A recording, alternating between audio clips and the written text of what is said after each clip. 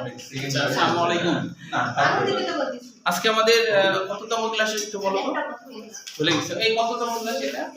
1000তম।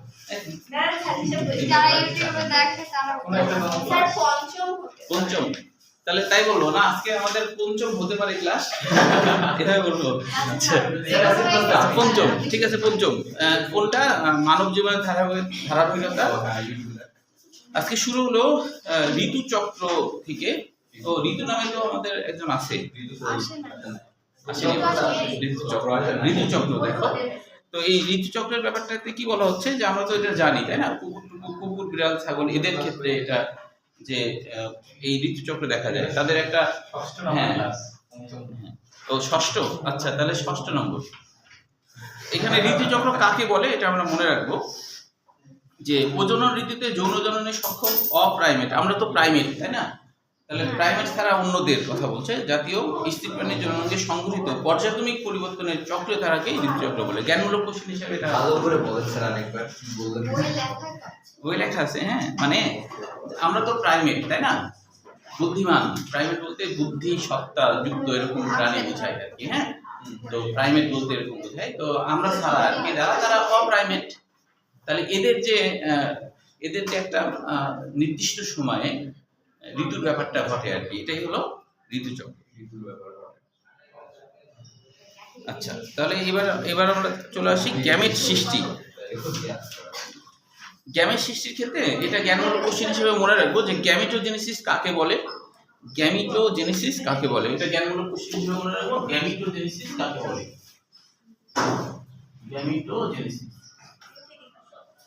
Gametogenesis কাকে বলে? তো দেখো এখানে কিন্তু গ্যামিটোজেনেসিস তাই না, তার মানে বোঝাই যাচ্ছে গ্যামিট মানে জননকোষ। তাহলে জননকোষ সৃষ্টির প্রক্রিয়াকে গ্যামিটোজেনেসিস বলে। জননকোষ সৃষ্টির প্রক্রিয়াকে কি বলে? গ্যামিটোজেনেসিস। গ্যামিট মানে জননকোষ, জেনেসিস মানে তৈরির প্রক্রিয়া। তাহলে গ্যামিট তৈরির প্রক্রিয়াকে গ্যামিটোজেনেসিস বলে। এটা তো বানাই লেখা যাবে তাই না। গ্যামিট বা জননকোষ সৃষ্টির প্রক্রিয়াকে গ্যামিটোজেনেসিস বলে। জননকোষ শুক্রাণু হতে পারে, ডিম্বাণু হতে পারে। এটা তৈরির প্রক্রিয়া হলো গ্যামিটোজেনেসিস।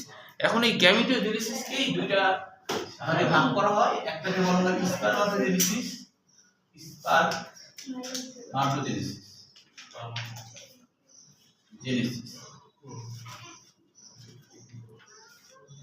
আর একটা হলো ওজেনেসিস।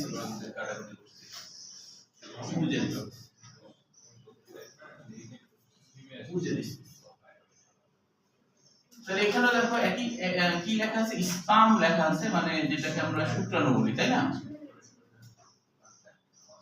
যেটাকে আমরা শুক্রাণু বলি। আর জেনেসিস মানে কি? তৈরির প্রক্রিয়া। তাহলে এটা হলো শুধুমাত্র শুক্রাণু তৈরির প্রক্রিয়া। প্রথমে বললাম গ্যামিটোজেনেসিস, গ্যামিট মানে তো জননকোষ, তাহলে জননকোষ সৃষ্টির প্রক্রিয়াকে গ্যামিটোজেনেসিস বলে।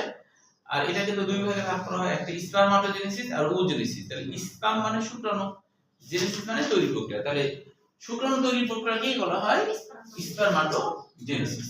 এখন এটা কিভাবে হয় এটাও সৃজনশীল হিসেবে অতীতে যখন ছিল সিলেবাসে এটা, তখন এটা এসেছে স্পারমাটোজেনেসিস প্রক্রিয়া বর্ণনা করো। হ্যাঁ তো সেজন্য এটাকে পড়বো, খুবই সহজ, কঠিন কিছু না। যে আমরা জানি আমাদের যে শুক্রাশয় বা টেস্টিস বলা হয় যেটাকে তাই না, টেস্টিস কিন্তু দুই রকম ভাবে লেখা হয়। একটা লেখা হয় এইভাবে, একটা লেখা হয় টেস্টিস এইভাবে। তো টেস্টিস মানে এক বছর, টেস্টিস মানে শুক্রাশয় তাই না। ও আচ্ছা বলো তো টেস্টিস নামকরণের কারণটা কি? টেস্টিসের নামকরণটা ইংলিশে তো না, কিন্তু হলো নামকরণটা টেস্টিস হয়েছে কেন, মানে কি কারণে টেস্টিস নাম হলো? হরমোনের কারণে টেস্টোস্টেরন হরমোন। প্রথমে এটা নামকরণ হয়েছে, তারপরে তো টেস্টোস্টেরন হরমোন নাম হয়েছে। আগে এটা নাম হয়েছে, টেস্টিস নাম হয়েছে। হ্যাঁ পারা যাবে।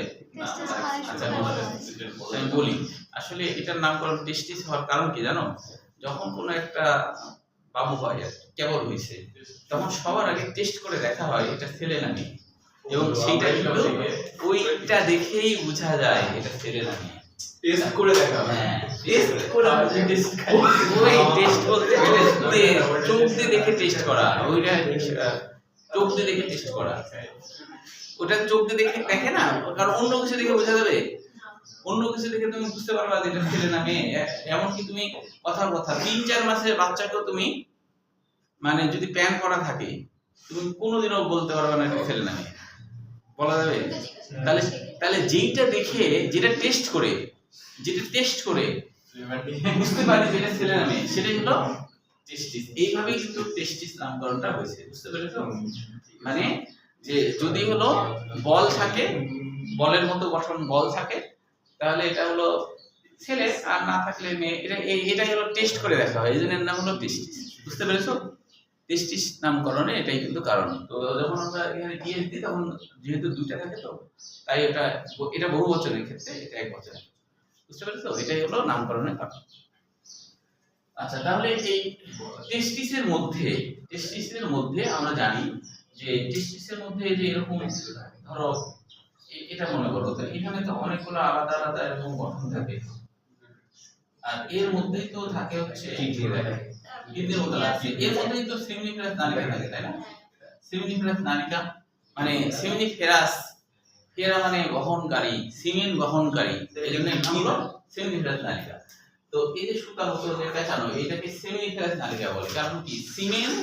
সেমিনিফেরাস মানে কি? সিমেন্ট বহনকারী, সিমেন্ট বহনকারী নালী। সিমেন্ট বলতে কিন্তু শুধু শুক্রাণুকে বোঝায় না, শুক্রাণু এবং এর সাথে যত আর কি তরল, পিচ্ছিল তরল উপাদানগুলো আছে সবকিছুকে একসাথে বলা হয় সিমেন্ট। হ্যাঁ, তো সিমেন্ট আর স্পার্ম এক কথা না, এটা কিন্তু আলাদা, মনে রাখতে হবে। হ্যাঁ, সিমেন্ট মানে শুক্রাণু, এটা কিন্তু হবে না। সিমেন্ট শুক্রাণু তো আলাদা ইংরেজি আছে, বুঝা গেল কি? তাহলে সিমেন্ট সবকিছু মিলে হলো সিমেন্ট, শুক্রাণু এবং তরল পদার্থ সব মিলে সিমেন্ট। তো এই সেমিনিফেরাস নালিকা সিমেন্ট তৈরি করে, সিমেন্ট তৈরির সাথে জড়িত, এই জন্য এর নাম হলো সেমিনিফেরাস নালিকা। তাহলে সিমেন্ট বহনকারী। তো এই নালিকার প্রাচীরের দিকে, নালিকার যে প্রাচীর যেটাকে এপিথেলিয়াম বলা হচ্ছে, ওই প্রাচীরে কিছু কোষ থাকে, যারা হচ্ছে একটা নির্দিষ্ট বয়স হলে আর কি, তখন হচ্ছে কি হয় যে এই কোষগুলার কিছু কোষ তখন কি করে যে আকৃতিতে বড় হয়ে যায়। যখন আকৃতিতে বড় হয়ে যায়, চাইলে সবাই পারে কিন্তু সবাই হয় না, কেউ কেউ আকৃতিতে বড় হয়ে যায়। তো মনে করো এটা বড় হয়ে গেছে, তখন এর নাম হলো প্রিমোরডিয়াল জার্মিনাল সেল বা জনন মাতৃকোষ। প্রিমোরডিয়াল জার্মিনাল সেল বা জনন কোষ, হ্যাঁ, না অনেকগুলো কোষ এরকম হয়, একটা দেখালাম। হ্যাঁ, কারণ শুক্রাণু তো অনেকগুলো হয় না, যে শুক্রাণু যেমন অনেকগুলো হয়, যে সর্বোচ্চ 40 কোটি হয়, সর্বোচ্চ 40 কোটি হয়। হ্যাঁ, কত টাইম কত লাগে? ও, এটা সম্পূর্ণ হতে প্রায় 60-70 দিন লাগে, মানে গোটা 40টা হতে। হ্যাঁ, গোটা 25টা হতে। কিন্তু এমনিতে আমাদের বলা যায় প্রতি মিনিটে 4000, প্রতি মিনিটে 4000 করে শুক্রাণু তৈরি হয়। 4000 সর্বোচ্চ 4000, অনেক উন্নত হতে পারে। তাহলে এই যে জনন মাতৃকোষ বা প্রিমোরডিয়াল জনন মাতৃকোষ, যেটা আকৃতিতে বড়, যেটা আকৃতিতে কি হলো বড় হয়ে গেল, যেটা আকৃতিতে বড় হয়ে গেছে আর কি, ওই বড়টার নাম হলো প্রিমোরডিয়াল। তো প্রিমোরডিয়াল মানে কি? প্রাচীনতম। প্রিমোরডিয়ালের বাংলা অর্থ কি? প্রাচীনতম বা প্রাচীন বা আদি, এরকম কিছুকে বলা হয় প্রিমোরডিয়াল বা প্রাইমোরডিয়াল। প্রিমোরডিয়াল বা প্রাইমোরডিয়াল। হ্যাঁ, তাহলে এই প্রিমোরডিয়াল বা প্রাইমোরডিয়াল যে অবস্থা, সেটার বাংলা হলো জনন মাতৃকোষ বলা হয়। এটা প্রাথমিক, মানে অর্থাৎ হলো জনন কোষ তৈরির একটা প্রাথমিক অবস্থা, এই জন্য এর নাম হলো প্রিমোরডিয়াল বা প্রাইমোরডিয়াল বলা হচ্ছে। হ্যাঁ, তো তাহলে এখন এই যে জার্মিনাল বলা হচ্ছে না, জার্মিনালের বাংলা অর্থ কি বলতো? জাম মানে কিন্তু আসলে বীজ। হ্যাঁ, বীজ বা জীবাণু, মানে যার জীবন আছে, এরকম কিছু বোঝায়, যার জীবন আছে। এটা এখানে জীবাণু বলবো না, যার জীবন আছে, এটাকে আমরা আর কি বলি জীবাণু, জীবন বিশিষ্ট। হ্যাঁ, তাহলে এটা তো শুক্রাণু একটা জীবন্ত কিছু, তাই না? কারণ এর মধ্যে ক্রিয়া বিক্রিয়া ঘটে, এটিপি তৈরি হয়, এই জন্য একটা জীবন্ত কিছু। তাই হলো যে জার্মিনাল নাম হয়েছে আর কি। তার মানে শুরুর দিকের যে জীবাণু বা জীবন, সেটাই হলো জার্মিনাল, শুরুর দিককার জীবন, শুরুর দিককার জীবন। হ্যাঁ, জার্মিনাল হচ্ছে এই যে সেমিনিফেরাস যে নালী, আর এটা একটা নালী, তো নালী তো এখানে এটা তো প্রাচীর, এটাও প্রাচীর, এই প্রাচীরের মধ্যে কিছু কিছু কোষ আকৃতিতে মনে করো বড় বড় হয়ে গেছে। যখন বড় বড় হয়ে গেল সেমিনিফেরাস নালীটার মধ্যে, তখন ওর নাম হলো এই যে জনন মাতৃকোষ বা প্রিমোরডিয়াল জার্মিনাল সেল হলো। হ্যাঁ, তো এইবার এই প্রথমে কি করবে, বড় হয়ে যাওয়ার পর আকৃতি মানে মাইটোসিস বিভাজন করাবে। মানে কি? মাইটোসিসে তো আর সমান সমানই থাকবে, মাইটোসিস হচ্ছে মাইটোসিস অনেকগুলো মাইটোসিস হবে, হ্যাঁ।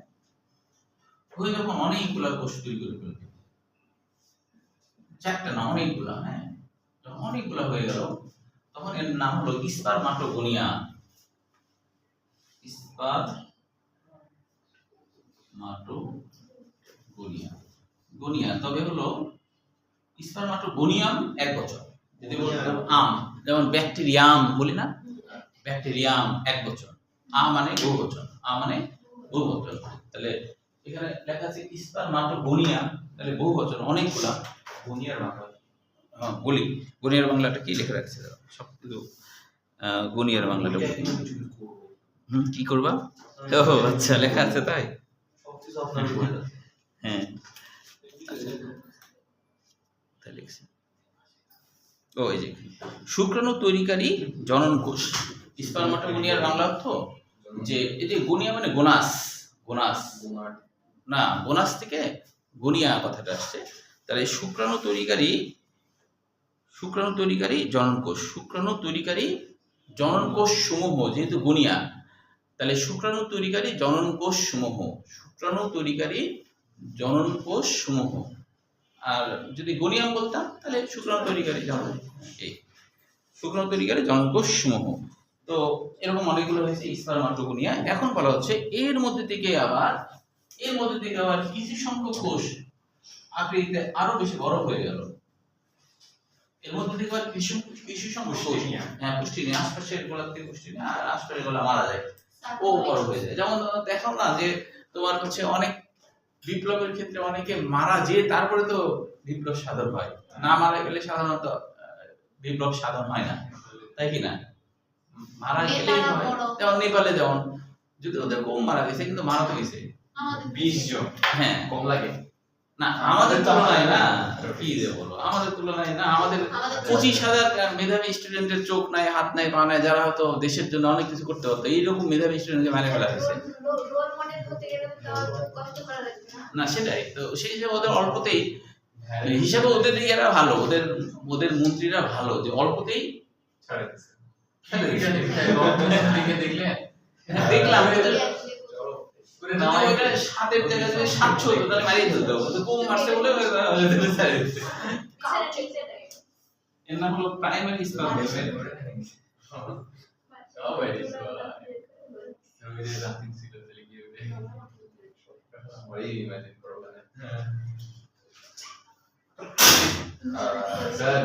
এসি বেশি দেওয়ার জন্য এটা হলো ঠান্ডা লাগছে তো আমার উপরে ডাইরেক্ট হিট আসতেছে এসি।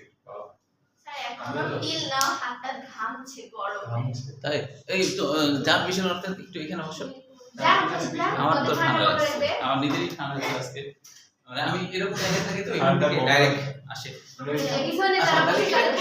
যে আর কি আপনাদের সামনে এর মধ্যে কিছু সংখ্যক বড় হয়েছে, এর নাম প্রাইমারি স্পারমাটোসাইট।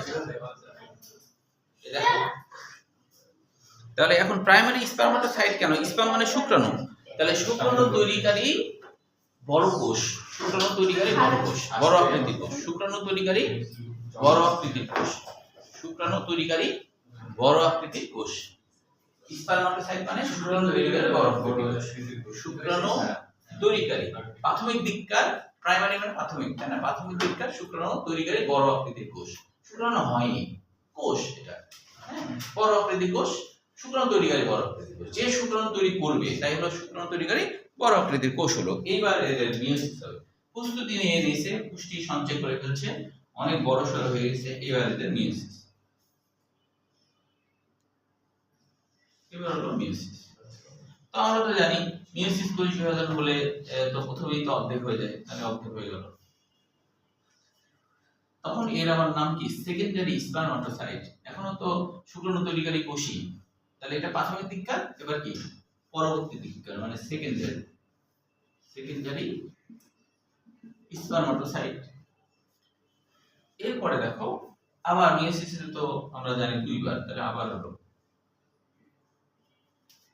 এটা তো শেষ, হ্যাঁ, এর নাম হলো স্পারমাটিড।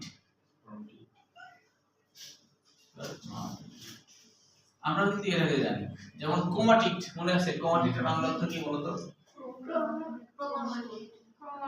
ক্রোমাটিড সুতাকৃতির গঠন। কিন্তু এটা তো অংশ ক্রোমা মানে তো অংশ। ক্রোমোজোমের অর্ধেক। এই টিপ বলতে অর্ধেক বোঝায়, হ্যাঁ? এই টিপ বলতে আসলে অর্ধেক বোঝায়, হ্যাঁ? ক্রোমা মানে ক্রোমা মানে ক্রোমোসোম। ক্রোমোসোম। এই ক্রোমা মানে ক্রোমোসোম, ক্রোমোসোমের অর্ধেক। তাহলে এটা অর্ধেক কেন? আপনি তো বলছিলেন যে সুতাকৃতির। না, সেটা হলো কখন, যখন হচ্ছে আমরা বলি যে ক্রোমাটিন। ক্রোমাটিন ক্রোমাটিন তন্তু না? হ্যাঁ, ক্রোমাটিন এই টিপ মানে সুতা, আর এই যে ক্রোমা মানে ক্রোমোসোম, মানে ক্রোমোসোম যখন সুতার মতো। ক্রোমাটিন মানে কি? ক্রোমোসোম যখন সুতার মতো। ক্রোমাটিড টিপ ক্রোমোসোমের অংশ। অর্ধেক, অর্ধেক। ক্রোমোসোমের অর্ধেক। ওই যে এটা যখন হয় যে ধরো অর্ধেক মানে কি? ও হ্যাঁ, ইয়াতে এরকম না, তো এই পাশেরটার নাম কি? মেটাফেজে না? ক্রোমাটিড। মেটাফেজে অর্ধেক। এই পাশে আরেকটা ক্রোমাটিড, দুইটা দুইটা ক্রোমাটিড ক্রোমাটিড না, তাই এই জন্য এটা ক্রোমোসোমের অর্ধেক, কারণ একসাথে লেগে থাকা পর্যন্ত গোটাটাই কি ক্রোমোসোম। একসাথে লেগে থাকা পর্যন্ত গোটাটাই ক্রোমোসোম। আলাদা যখন হবে তখন তো দুইটা ক্রোমোসোম, কিন্তু যখন লেগে থাকবে তখন এটা একটা ক্রোমোসোম। একটা ক্রোমোসোমের এটা অর্ধেক পার্ট, এটা অর্ধেক পার্ট। তাহলে এখানে স্পারমাটিড, এই স্পারমাটিডের বাংলা অর্থ কি? স্পারমাটিডের বাংলা অর্থ হলো স্পার্মের হ্যাঁ, অর্ধেক। হ্যাঁ, শুক্রাণু তৈরিকারী অর্ধেক কোষ, শুক্রাণু তৈরিকারী অর্ধেক কোষ।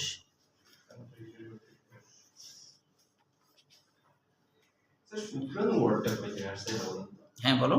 শুক্রাণু ওয়ার্ডটা কই থেকে আসছে? শুক্রাণুটা বলতে বোঝায় ওই যে শুক্রাণু অণু, তাই না? শুক্র অণু মানে খুবই ছোট সাইজের কোনো অণু, এরকম কিছু বোঝাচ্ছে আর কি। কি? শুক্র যোগ অণু। শুক্র মানে শুক্র মানে কি এটা ভুলে গেছি, আমি জানবো, এটা জানবো আর কি, জেনে তোমাদের জানাবো। হ্যাঁ, না এটার সাথে আমার বিয়ের সম্পর্ক তো।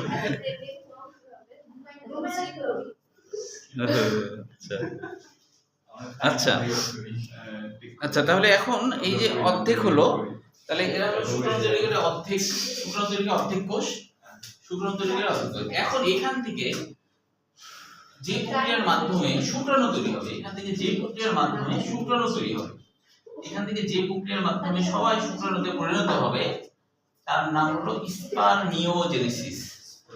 স্পারমিওজেনেসিস অর্থাৎ স্পার্ম তৈরিকারী আর কি, জেনেসিস মানে তৈরি প্রক্রিয়া, স্পার্ম তৈরিকারী, স্পার্ম তৈরির প্রক্রিয়া, স্পার্ম তৈরির প্রক্রিয়া, জেনেসিস মানে তৈরির প্রক্রিয়া, স্পার্ম বা শুক্রাণু তৈরির প্রক্রিয়া।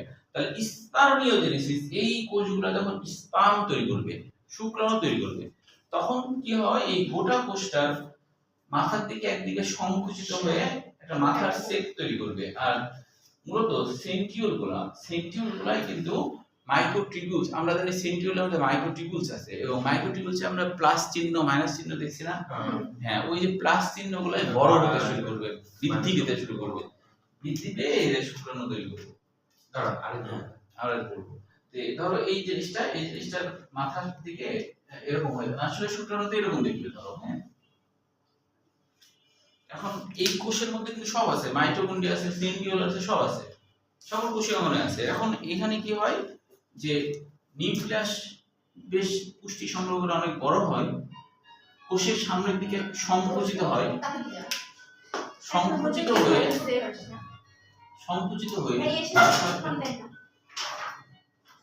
এরকম একটা গঠন তৈরি করে, এরকম একটা গঠন তৈরি করে। তারপরে এইভাবে করে এই জায়গাতে এখানে কিন্তু অসংখ্য কি আছে, মাইটোকন্ড্রিয়া আছে। মাইটোকন্ড্রিয়া তো থাকতেই হবে, কারণ মাইটোকন্ড্রিয়া এটিপি তৈরি করবে, ওই এটিপি দিয়েই তো তোমার হ্যাঁ কার্যক্রম হবে। এর বাইরে কিন্তু এই কোষঝিল্লি এরকম করে বাইরের দিকে আছে, কিন্তু কোষঝিল্লি বাইরের দিকে এভাবে থাকে। এরপরে শেষের দিকে হ্যাঁ, কোষঝিল্লিটাই সংকুচিত হয়ে মাথার অংশ তৈরি করলো, আর বাকি কোষঝিল্লি সেটাই তো নিচের দিকে নেমে আসছে, এসে সংকুচিত হয়ে একটা হলো মধ্যখণ্ড তৈরি করছে, মধ্যখণ্ডের মধ্যে মাইটোকন্ড্রিয়া থাকে, কারণ এখানে এটিপি তৈরি হবে এবং ফ্লাজেলা আন্দোলিত হবে, ফ্লাজেলা সুতার মধ্যে যেটা সেটা কি আন্দোলিত হবে। এবং দেখো যে এই মাইটোকন্ড্রিয়ার এই জায়গাতে কিন্তু সেন্ট্রিওল থাকে গোড়া নিচের দিকে, এই সেন্ট্রিওলের যে প্লাস চিহ্ন থাকে, মাইক্রোটিবিউলস প্লাস চিহ্ন আছে না, ওই প্লাস চিহ্ন বৃদ্ধি পেয়ে এরকম ফ্লাজেলাম তৈরি করবে, এরকম ফ্লাজেলাম তৈরি করবে, বৃদ্ধি পেয়ে ফ্লাজেলাম তৈরি করবে। ওইটুকু অংশ কোষঝিল্লি নাই, কিছুই কিছু না। জাস্ট ইয়াতে তৈরি হ্যাঁ, মাইক্রোটিউবুল হ্যাঁ মাইক্রোটিউবুলস এরকম হয়ে বের হয়ে গেছে। আর এটুকু পর্যন্ত কোষ ঝিল্লি, এখানেও কোষ ঝিল্লি, এটাও তো কোষ ঝিল্লি, এটাও কোষ ঝিল্লি। তো এইভাবে তৈরি কেন হলো? কারণ ওকে তো লম্বা সম্ভা হতে হবে, ফ্লাজেলাম বানাতে হবে, নাহলে তো সাঁতার কাটতে পারবে না, তাই কি না? হ্যাঁ হ্যাঁ সাইটোপ্লাজম তো সব জায়গাতেই আছে, এর মধ্যে সাইটোপ্লাজম আছে, এই কোষ ঝিল্লিতে ঘেরা, এর মধ্যে সব আছে, সাইটোপ্লাজম অন্যান্য সব কিছুই থাকবে। ওই কোষ ঝিল্লির মধ্যে সবই আছে, সবই আছে। মাইটোকন্ড্রিয়া যেখানে আছে ওখানেও, হ্যাঁ মাইটোকন্ড্রিয়ার মধ্যে সাইটোপ্লাজম আছে, সাইটোপ্লাজম মাইটোকন্ড্রিয়ার আশপাশে হ্যাঁ ওখানেও সাইটোপ্লাজম আছে, হ্যাঁ সবই আছে, ওগুলো থাকতে হবে তো, হ্যাঁ এনজাইম থাকবে, সাইটোপ্লাজম এনজাইম না থাকলে মাইটোকন্ড্রিয়া তো এদিকে তৈরি করতে পারবে না। রাইবোজোম ওগুলোও আছে। হ্যাঁ সব আছে, শক্তি উৎপাদন করতে এগুলো লাগবে, যা যা লাগবে সব থাকবে। ওই গোটা কোষটাই কিন্তু এরকম আকৃতি হয়ে গেছে। এবং লেজের মতো কেন হয়েছে? সাঁতার কাটার জন্য। মানে এরোডাইনামিক। হ্যাঁ যেমন ধরো যে তোমার আমার লেজ নাই, সাঁতার কাটতে পারে না, আমরা তো পারি, আমাদের পা আছে। তোমাদের লেজ আছে স্যার বান্দরদের লেজ থাকে। থাকে না। সাঁতার কাটতে পারে না, ওটা ওটা অদৃশ্য, ওটা ওটা হলো অদৃশ্য এক ধরনের লেজ, সাঁতার কাটার সময় ওটা বের হয়ে আসে। এটাই হলো সূত্র না। এখন সূত্র হচ্ছে সেন্টিউল মূলত এই সেন্টিউলই কিন্তু ফ্লাজেলাম তৈরি করে। মাইক্রোটিউবুলসের প্লাস চিহ্ন বড় হয়ে যায়, বৃদ্ধি পেয়ে এরকম তৈরি করে ফেলে। ওরা সংকুচিত হতে পারে, আবার বৃদ্ধিও পাইতে পারে। বৃদ্ধি পেয়ে এরকম বড় হয়ে, এই যে দেখো এই পারে ছবিটা আছে কিন্তু, এই যে এখানে পরের দিকে তাকাও, এই যে যেটা শেষ খণ্ড বলছে ওই জায়গাতে সাইটোপ্লাজম না থাকে, এমনি মাইক্রোটিউবুলস থাকে। এখানে যদিও বোঝানো হয়নি সেভাবে, লেজ বলতে কিন্তু যেটা কোষ ঝিল্লি পর্যন্ত আর কি, আর লাস্টের শেষ খণ্ড বলা হচ্ছে, ওখানে কিন্তু কোষ ঝিল্লির আবরণ থাকে না, এমনি এমনি আর কি থাকে, মাইক্রোটিউবুলস থাকে। লেজ খণ্ড, মধ্যখণ্ড যেখানে মাইটোকন্ড্রিয়া আছে, আর ওই দেখো প্লাজমা ঝিল্লি লেখা আছে না, ওটাই হলো কোষ ঝিল্লি। হ্যাঁ, আর তাহলে এই সেন্টিউলি কিন্তু বৃদ্ধিপ্রাপ্ত হয়ে এরকম বড় হয়ে গেছে। আর হচ্ছে এটা তো 90%ই তোমার হলো নিউক্লিয়াসটা 90% নিউক্লিয়াস, মানে এই উপরের দিকে থাকে, মানে অনেক বড় সড়ো। হ্যাঁ, আর উপরে তো অ্যাক্রোসোম, মানে জানো অ্যাক্রোসোম নামকরণটা কেন হয়েছে বলো তো? চূড়া। হ্যাঁ চূড়া সোলোমন বডি। হ্যাঁ যাক রাতের কিন্তু আজকে ভালোই ফর্মে আছে। হ্যাঁ আজকে মেডিকেল অ্যাডমিশন পরীক্ষা হচ্ছে। আচ্ছা এমবিবিএস ডক্টর হয়ে গেলেই আজকে তার মেডিকেল অ্যাডমিশন পরীক্ষা। ওই জন্য নাই না, থাকলে হ্যাঁ। তাহলে অ্যাক্রোস মানে চূড়া, চূড়ার দিকে থাকে, তাহলে যে বস্তুটা চূড়ার দিকে থাকে, তাই না? কিন্তু আসলে এটা কি? Golgi body. আসলে এটা কি? গোলজি বডি, তাই না? ইডিওসোম বলা হচ্ছে, অস্বাভাবিক গোলজি বডি। ইডিওসোম, ইডিও মানে অস্বাভাবিক, অস্বাভাবিক গোলজি বডি, অস্বাভাবিক গোলজি বডি। এর মধ্যে এনজাইম থাকে, ওই এনজাইমে কিন্তু নিষেক ক্রিয়ার সময় কি করে? ওই যে ডিম্বাণুর প্রাচীর ভাঙতে সাহায্য করে, ওই যে করে তারপরে ভিতরের দিকে ঢুকে যায়। হ্যাঁ হ্যাঁ হায়ালিন মানে স্বচ্ছ ধরনের এনজাইমটা হয় এই কারণে। হ্যাঁ হায়ালিন মানে স্বচ্ছ। আচ্ছা তাহলে হায়ালিন মানে স্বচ্ছ। হ্যাঁ আচ্ছা, তাহলে এখানে আমার মনে হয় এখানে একটা জায়গাতে একটু বইয়ের সমস্যা আছে, সেটা হলো দেখো স্পারমিওজেনেসিস। এখানে দেখো লাস্টে একটা কথা লাগছে, এই প্রক্রিয়া সম্পূর্ণ হতে 60 থেকে 70 দিন লাগে। এই প্রক্রিয়া বলতে আসলে কোন প্রক্রিয়া? এটা কিন্তু বইয়ে লেখা নাই। না এটা না, হ্যাঁ স্পারমাটোজেনেসিস। আপনি বলছেন কিছু না, গোটা প্রক্রিয়া, এটা কিন্তু এখানে লেখছে না এই প্রক্রিয়া, এখানে এই কথাটা ভাষাটাই ঠিক হয়নি। এটাতে মনে হচ্ছে কি যে স্পারমিওজেনেসিস তাই মনে হচ্ছে, কিন্তু আসলে তা না। গোটা প্রক্রিয়া ঘটতে এটা বলছে, গোটা প্রক্রিয়া ঘটতে। বুঝা গেল কি? তাহলে এটা হলো, তাহলে পরীক্ষা যদি আসে যে স্পারমাটোজেনেসিস প্রক্রিয়া করতে কত সময় লাগে? 60 থেকে। স্পারমাটোজেনেসিস একবারে এই যে জনন মাতৃকোষ যেখান থেকে শুরু হলো ওখান থেকে নিয়ে শুক্রাণু তৈরি হওয়া পর্যন্ত, জনন মাতৃকোষ থেকে নিয়ে শুক্রাণু পর্যন্ত আর কি এটা বলছে। হ্যাঁ, কিন্তু স্পারমিওজেনেসিসটা মানে শুধু শুক্রাণু তৈরি হচ্ছে আর ওটার বৃদ্ধি, এটা স্পারমিওজেনেসিস। হ্যাঁ এটা স্পারমিওজেনেসিস। এই স্পারমিওজেনেসিস ওটাই আর কি, যে স্পারমাটিড হলো ওখান থেকে শুক্রাণু তৈরির যে প্রক্রিয়া, ওটা হলো স্পারমিওজেনেসিস। হ্যাঁ এই স্পারমাটিক থেকে, স্পারমাটিড থেকে, হ্যাঁ স্পারমাটিড থেকেই শুক্রাণু তৈরি হয়। হ্যাঁ স্পারমিওজেনেসিস। এই তাহলে এটা স্পারমাটোজেনেসিস ওজেনেসিস ক্ষয়ের জন্য পড়ে রাখবা, আসেনি যদিও কোনোদিন, তারপর পড়ে রাখতে হবে। হ্যাঁ এদের পার্থক্যটা ক্ষয়ের জন্য। এরপরে দেখো মানুষের, হ্যাঁ ঠিকঠাক আছে, মানুষের শুক্রাণু গঠন, এটা কিন্তু আলোচনা করেই ফেলছি। এটাও একবার দুইবার অতীতে আর কি আসছে, মানে আগে 5 বছর তো মনে হয় ছিলই না বোর্ড পরীক্ষায়। কত সাল থেকে জানো? 21 সাল থেকে মনে হয় না, 20 থেকে 20 থেকে করোনা তো স্টার্ট 24 পর্যন্ত মনে হয় ছিল না। ও বিশে তো পরীক্ষাই হয়নি। তো ওই কারণে আর কি অতীতে আসছে শুক্রাণুর গঠনটা। তো শুক্রাণুর গঠন একটু রিডিং করলে বুঝবা, কারণ হলো আমি বলেই ফেলছি সবকিছু মোটামুটি। এরপরে দেখো উজেনেসিস কটা বাজে? 45। এখন দেখো 45। আচ্ছা এবার দেখো, এবার হলো উজেনেসিস প্রক্রিয়াতে, 40 দেখা যাচ্ছে মানে দুনিয়াতে ছিল। হ্যাঁ দেখো এবার উজেনেসিস তাহলে একই প্রায়, কিন্তু একটু পার্থক্য আছে এখানে। ডিসপ্লে ভেঙে গেছে। চ্যালেঞ্জ দেখো ফেলে দিই, আমি প্রমাণ করবো আজকে আইফোনের মান সম্মান না এই যে পানিতে চুবাইলাম না ওটাতে, ওইটা থেকে ফোন হয়ে গেছে। জুবাইল জুবাইল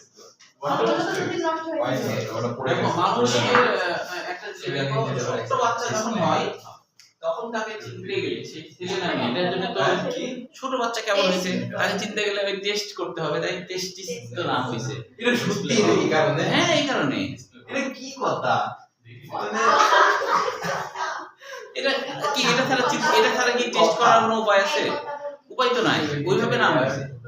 এখন এই কাহিনীটা যদি বড় বাচ্চার ক্ষেত্রেও হতো তাহলে কত বিপদ হয়ে যেত। মানে ছেলে না মেয়ে বুঝাই যাচ্ছে না, মনে করো মানে কি একটা অবস্থা। তোদের মত মানে হ্যাঁ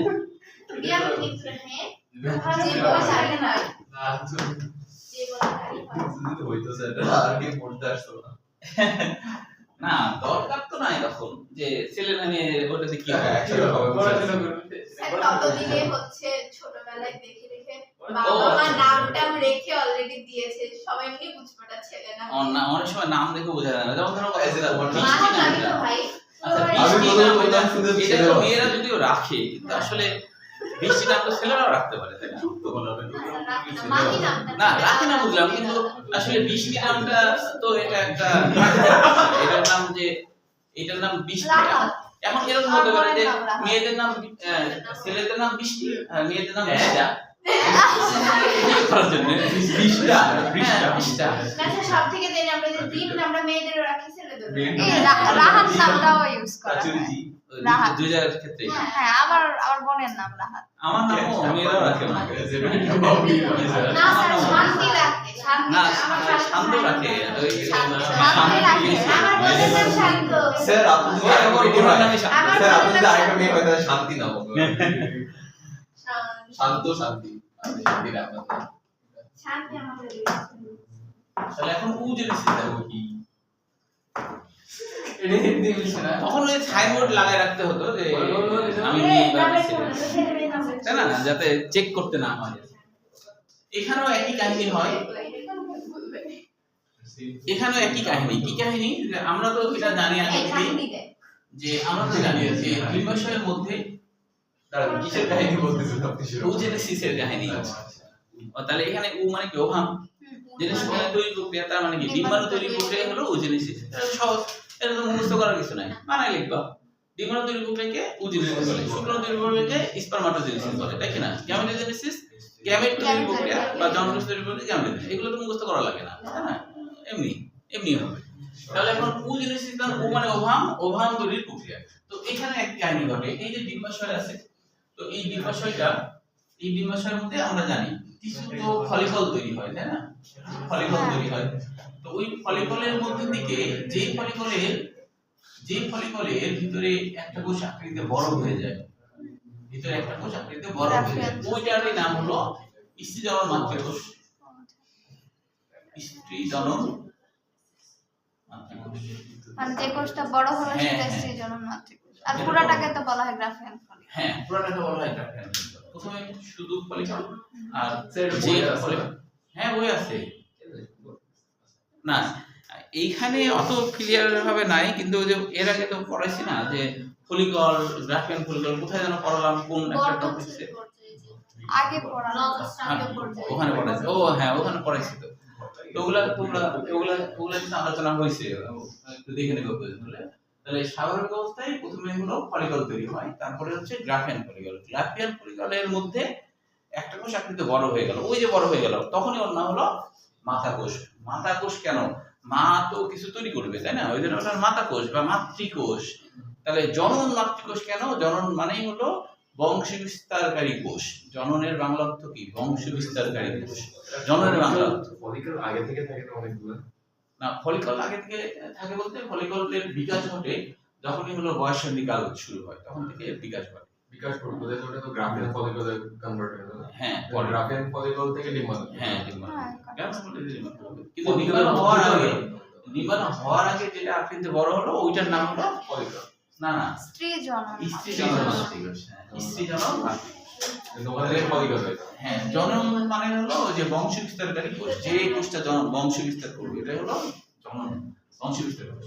তাই এখন এই যে আগের মতোই ধরো বড় হয়ে গেছে, ঠিক আছে? এও বড় হয়ে একই কাজ ঘটাবে। দেখো ছবির দিকে তাকায় দেখো, এই যে ছবিতে দেখা দেখো একই কাহিনী ঘটবে। মানে কি একই কাহিনী? মানে এও কিন্তু মাইটোসিস প্রথমে ঘটাবে। চারিদিকে থাকা এই